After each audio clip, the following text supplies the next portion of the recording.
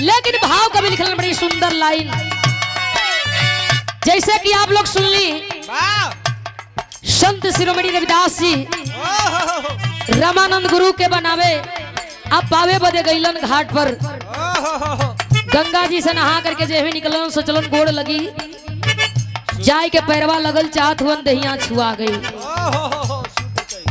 रामानंद शूद्र कही करके डांट करके तमाचा खींच के मरलन। छी मानू कही के फिर वही गंगा जी में हेल गईलन, नहाए लगलन। महाराजा संत शिरोमणि रविदास वही घाट पर बैठ के रोवत तड़न, मनवा में सोचा तड़न की हम छू दिहली इनकर देह छुआ गई। गंगा जी में हेल के नहिलो इनका दहिया पाक हो गई, पवित्र हो गई, यानी गंगा जी सबके पवित्र करेली। वही घाट पर बैठ के जिद कैलन, रोवे लगलन जे आज हमके पवित्र करे के होई। गंगा जी के मजबूर होकर के आवे के पड़ल और संत शिरोमणि रविदास जी के वरदान देवे के भई जहां बोलैबा जब बोलैबा उसर बालू कौनो रेत कौनो खरिहान तोहरे एक आवाजी पर हम आ जाई। संत शिरोमणि रविदास जी आवाज लगौलन। गंगा जी पहुंच गईली ओ कठवत में। कहल गई मन चंगा कठवत में, गंगा मन चंगा तो सब सही बा, लेकिन भाव दिहल गई गुरु ओके बनावो जवन गुरु दक्षिणा में तो से तुहार प्राण न मांगे। जवन गुरु दक्षिणा में तो से हाथ न मांगे, पैर न मांगे, आंख न मांगे। उहे असली गुरु बा जवन निःशुल्क शिक्षा और दीक्षा देवे का काम करे। भाव में का लिखल गई,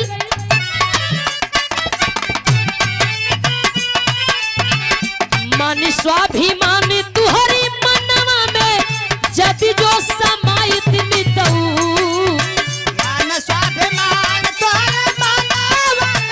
जति जो समाहित मितऊ,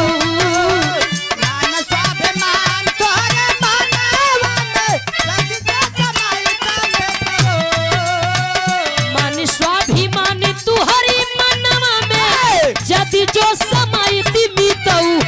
द्रोणाचार्य गुरुदेव के समनवा अंगूठा ना कटाइत मितऊ। द्रोणाचार्य गुरुदेव के समनवा अंगूठा ना कटाइत मितऊ।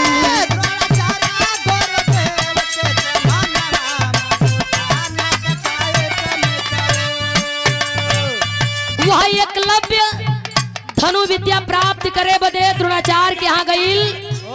द्रोणाचार्य के अपन गुरु बनावल चाहत बा, लेकिन द्रोणाचार्य धिक्कार देहलन। हम शूद्र को अछूत को अपना शिष्य स्वीकार नहीं करेंगे। वह द्रोणाचार्य भगा देहलन। एकलव्य चला गया।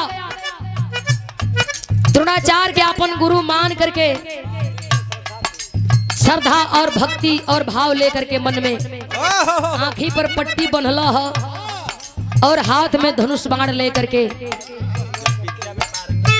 विद्या में वह पारंगत हासिल कैला है।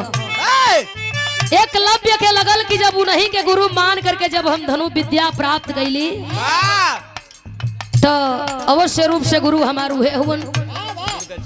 चली और चल के गुरु दक्षिणा गुरु के देई, तब जाकर के हमार ई धनु विद्या पूर्ण रूप से सफल हुई। इहे मनवा में सोच करके एकलव्य चलल जा करके द्रोणाचार्य के आगे खड़ा भइल, प्रणाम कैला। धनु विद्या में हम निपुण हो गईली। आपके कुछ गुरु दक्षिणा दिहल चाहत बानी। द्रोणाचार्य पूछला गुरु के हाँ कलन तो के मान के हम ई धनु विद्या प्राप्त कैली। एकलव्य बतावे लगल ए गुरु हमार दूसर कोई गुरु ना बबल की तुहके गुरु मान के धनु विद्या प्राप्त कैले बानी, कुछ हमसे गुरु दक्षिणा लेला। द्रोणाचार्य सोचे लगलो अच्छी बात बा, जवन मांगब देबा। एकलव्य हंसे लगल, कहे गुरुदेव जवन तोहरे मन में होके मांगला। द्रोणाचार्य के मन में पाप जगल और वह द्रोणाचार्य गुरु दक्षिणा में एकलव्य का ये दाहिना हाथ के अंगूठा मांग लेलस। देना है तो गुरु दक्षिणा में अपने दाहिने हाथ का अंगूठा काट कर मुझे गुरु दक्षिणा दान करो। सोच गया वह द्रोणाचार्य की नहीं अंगूठा रही आ नहीं धनुष चलाई। आखिरकार हंसते हंसते एकलव्य अंगूठा काट करके और गुरु को अपना अंगूठा दान में दिया। ये लिए भाव लिखल गई का मानी स्वाभिमानी तुहरी मनवा में यदि जो समाइत मितऊ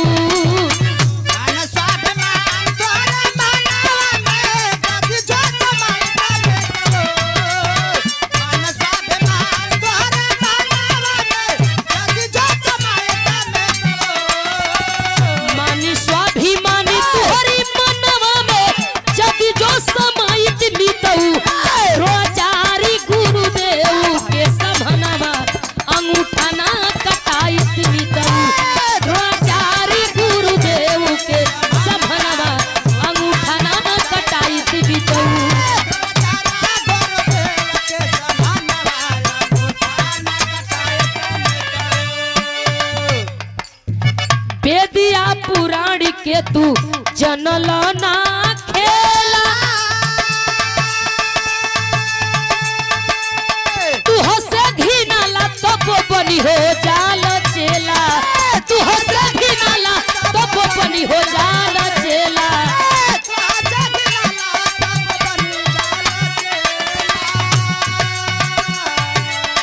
बेदिया पुराण के तू जनल ना तू हसे घिनाला तब बनी हो जाल चेला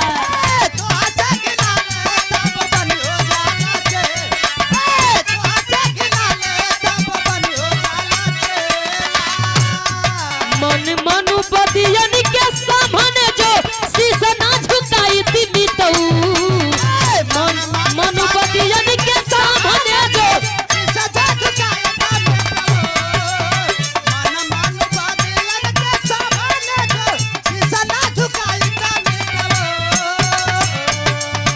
मन मनु बदियन के सामने जो शीश ना झुकाई थी मितऊ द्रोणाचार्य गुरुदेव के समनवा अंगूठा ना कटाई थी मितऊ द्रोणाचार्य गुरुदेव के समनवा हो अंगूठा ना कटाई थी मितऊ।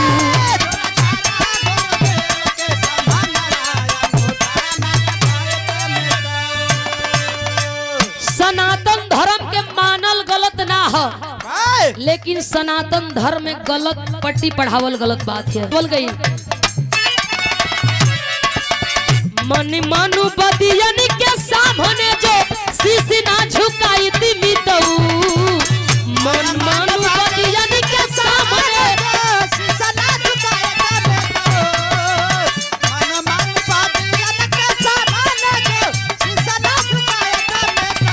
अरे द्रोणाचार्य गुरुदेव के समनवा अंगूठा ना कटाई थी मितऊ द्रोणाचार्य गुरुदेव के समनवा अंगूठा ना कटाई थी मितऊ।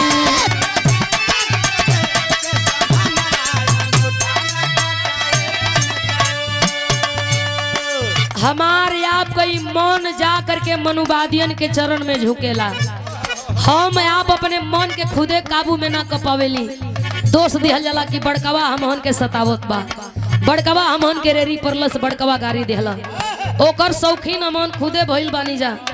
अपने दुआरे पर बाबू साहब पा लगी खटिया छोड़ के आदमी खड़ा हो जाई तो आदमी बेइज्जती न झेली तो का झेली। दूसरी लाइन में कवि लिखल बड़ी सुंदर लाइन संत शिरोमणि संत शिरोमणि रवि दासी धोखा खइले जनेऊ देखावे की बहाने मार ली गईले जनेऊ देखावे की बहाने मार ली गईले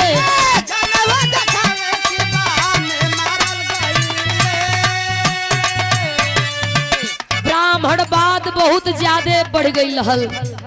सभी ब्राह्मण मिल करके संत शिरोमणि रविदास का अवहेलना किया भक्ति के नाम पर ढोंग करता है या ढोंगी है या भक्ति नहीं करता है। संत शिरोमणि रविदास जी को बुलाया गया। संत शिरोमणि रविदास के परीक्षा देवे के परल यदि सच्चा भक्त है तो जनेऊ दिखाइए। संत शिरोमणि रविदास को बुलाया गया। आप सच्चे भक्त हैं तो जनेऊ दिखाइए। संत शिरोमणि रविदास के हमारे अंदर उतनी क्षमता ना, हम जनेऊ ना दिखा पाई ना हम पहिरीला। सभी ब्राह्मण मिलकर के मजाक बनाए, आज के बाद भक्ति नहीं करना और भक्ति के नाम पर ढोंग मत करना। संत शिरोमणि रविदास शांत हो गईलन, चुप बैठ गईलन। बारी बारी से सभी ब्राह्मणों का परीक्षण हुआ, सभी ब्राह्मण अपने अपने परीक्षा में पास हो गए। बारी आई महाराजा संत शिरोमणि रविदास जी के, जनेऊ दिखाइए नहीं तो आज के बाद आपको भक्ति छोड़ना होगा। बताया जाता है वह संत शिरोमणि रविदास आंख को बंद कर लिए, और जब आंख बंद कइला जितना लोग गई हलो पंचायत में परीक्षा लेवे खातिर, सबके चारों तरफ खाली संत शिरोमणि रविदास दिखाई देवे लगलन। जवन जवन ब्राह्मण अपने अपनी परीक्षा में पास भइलन, बल्कि वो ब्राह्मण में भी संत शिरोमणि दिखाई देवे लगलन। सभी लोग हैरान हो गए, फिर भी नहीं मानेंगे, जनेऊ दिखाना होगा। बताया जाता है कुछ लोग बताते हैं छाती को फाड़ना पड़ा, कुछ लोग बताते हैं हथेली में ही संत शिरोमणि रविदास जनेऊ दिखाए, और जब जनेऊ दिखाए तो भक्ति में पास हुए। धोखा से इनको बुलाया गया।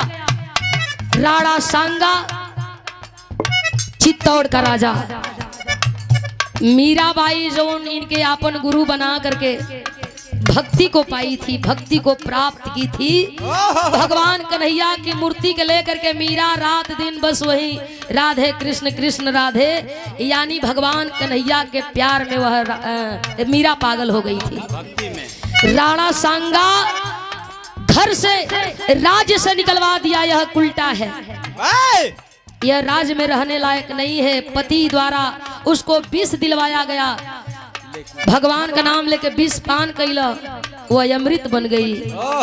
मीरा नाई मरल। खबर लगल राणा सांगा के कि एकर गुरु नीच जात चमार जात से बिलोंग करेलन। संत शिरोमणि रविदास में तनी ताकत होके त आके अपने भक्ति का परीक्षा दो। धोखा से संत शिरोमणि रविदास को बुलाया गया। कहाँ?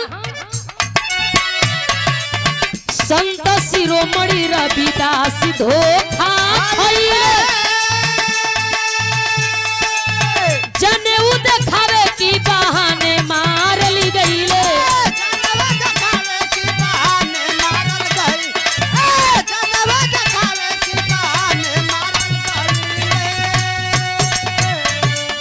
होई त सजग छल करियन से हिया ना दुखाइत मितऊ, होई त सजग छल करियन से हिया ना दुखाइत मितऊ, होई त सजग छल करियन से हिया ना दुखाइत मितऊ।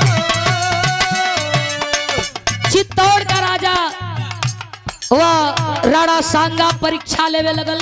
महाराजा रविदास संत शिरोमणि जी परीक्षा में पास हो गईलन, और जब परीक्षा में पास हो गईलन तो धोखा से वह चित्तौड़ का राजा सांगा संत शिरोमणि रविदास जी को मरवा दिया।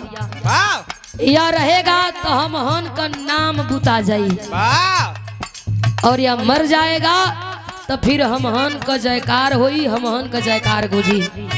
धोखे से संत शिरोमणि रविदास का हत्या कर दिया गया, उनको मार दिया गया, उनकी कहानी को, उनकी लीला को समाप्त कर दिया गया। लेकिन धोखा का मार भइल हल। संत शिरोमणि महाराज नहीं पहचान बोलन कि यहाँ ये सब धोखा करियन हमके बोला के। पहचाने के होई, जाने के होई कि हमारी संगे धोखा के करत हो। सबकी बदई लाइन लिखल गई। होई तो सजग छल करियन से हिया ना दुखाइत मितऊ,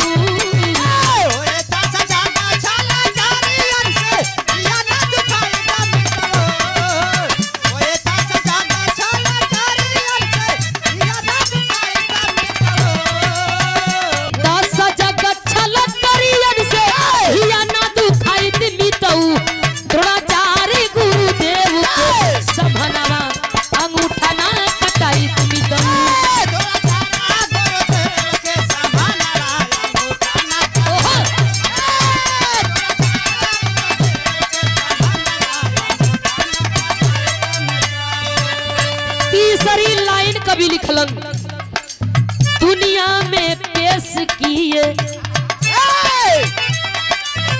दुनिया में पेश किए सत्य की नाजीर,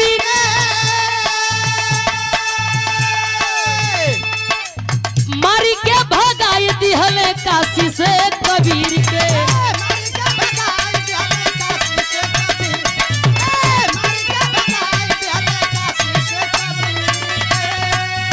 वही काशी जो भगवान भोलेनाथ के त्रिशूल पर बसी, वह काशी नगरी बनारस की नगरी।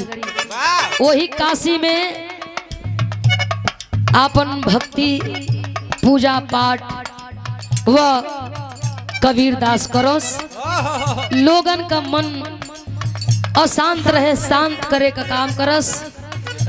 कबीर दास के सगरी पांडवा सब ब्राह्मण मिल करके वहां से मार भगौलन।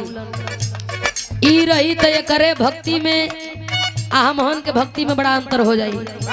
हमहन का पूजा पाठ कई लोग बंद कर दी हों, ये करे दरवाजे पर लोगन का ज्यादा भीड़ लगत बा, अब हमहन के लोग कम आवत बा, हमहन का मतलब खत्म हो जाई। यही खातिर काशी से कबीर दास के भी मार के वह ब्राह्मण भगा दिए। भाव लिखा गया, दुनिया में पेश किए सत्य की नाजीर के, काशी से भगाई दिहले मार के कबीर के।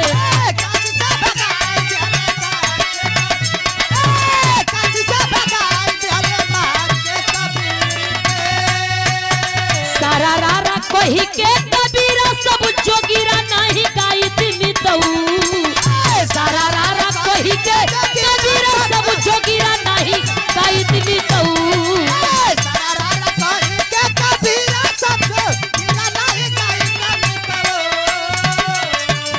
सारा रारा कोही के कबीरा सब जोगिरा नहीं गाइत मितऊ। सारा रारा रारा रारा रारा रारा जोन होला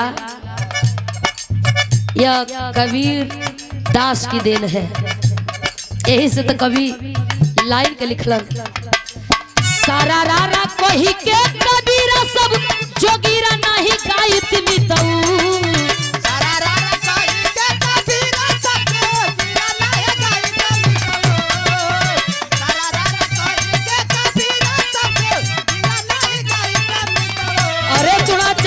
गुरुदेव के समनमा हो अंगूठा ना कटाइत मितऊ, आचार गुरुदेव के समनमा अंगूठा ना कटाइत मितऊ।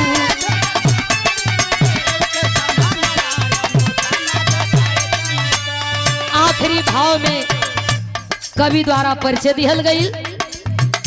कवि संतोष बात समझ में ना आवे,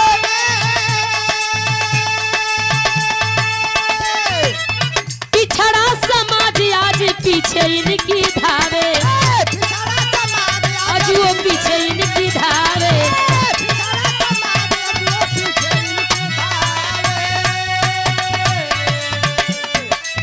कोहेली मीनाक्षी अपन देशवा में,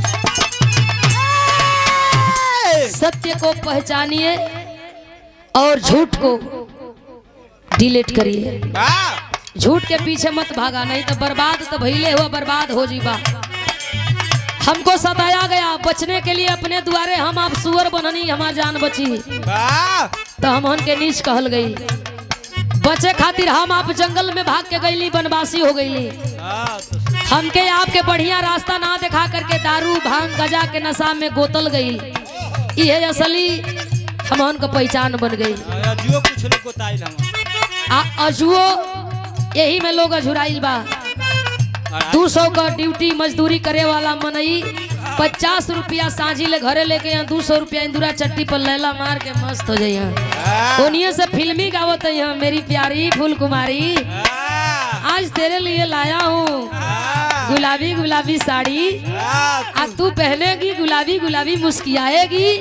तू ही तो मेरी जान है, तो ही तो मेरी जान है। राधा ले कलेजी भूज नमक छिड़क खाइल जा। यही मई मनैया झुरा के रह गई। यह हमारा पेशा नहीं है, नहीं धंधा है। यह हमको जबरदस्ती सिखाया गया, बताया गया, इसी में हमको ढाला गया, जबरदस्ती करके हमको इसका लत धराया गया और हम इसी का आदी हो गए। पुरनिया सुधरता नहीं खा लइकवा का सुधरिया। कुछ नौकी माई लोग है जनमते बाबू के सीसी धरावत है। उ जवान होके भी सीसीए खोजत है। कहाँ से सुधरी? ला बेटा दूध पिल्ली पिया। बिछौना भिजले की डरनी लोग हगीज पहिरावत हलो। आओ घरी का माई भगही पहिरावो। आहा लइका माई के माई कहो। भिजल का अपने सुता। आइए घरी का लइका दूध पीली पी के मॉम कहत हो सो। मॉम मार्केट जाऊं क्या? मधुबन में मेला लगा है। अरे बियावा की पहले हूँ के मुँह को कहत हो। अच्छा एगो मॉम रहते तो एगो मम्मी आ जाते। आज जब मम्मी आ जाती तो मॉम लोगन का काम खत्म। ए बाबू आखिरी भाव कभी लिखलन हो। सुधारे के होई समाज के सुधारे के होई। संत शिरोमणि रविदास जी की कृपा सबके ऊपर बने। ऐसे भी भव्य कार्यक्रम आप लोग कराई। ज्यादा से ज्यादा आप लोग सहयोग सपोर्ट करी। सब लोग मिल करके एकता बना करके एक कार्यक्रम के आप लोग सफल बनाई। हाथ जोड़ के आप लोगों ने सही विनती बा। अरे कभी संतोष बात समझ में ना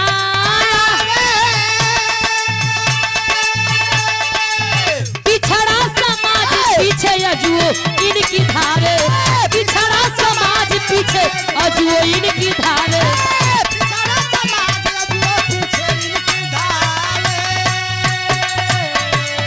पहली मीनाक्षी अपन देशवा में अरे झंडा लहराई मितऊ।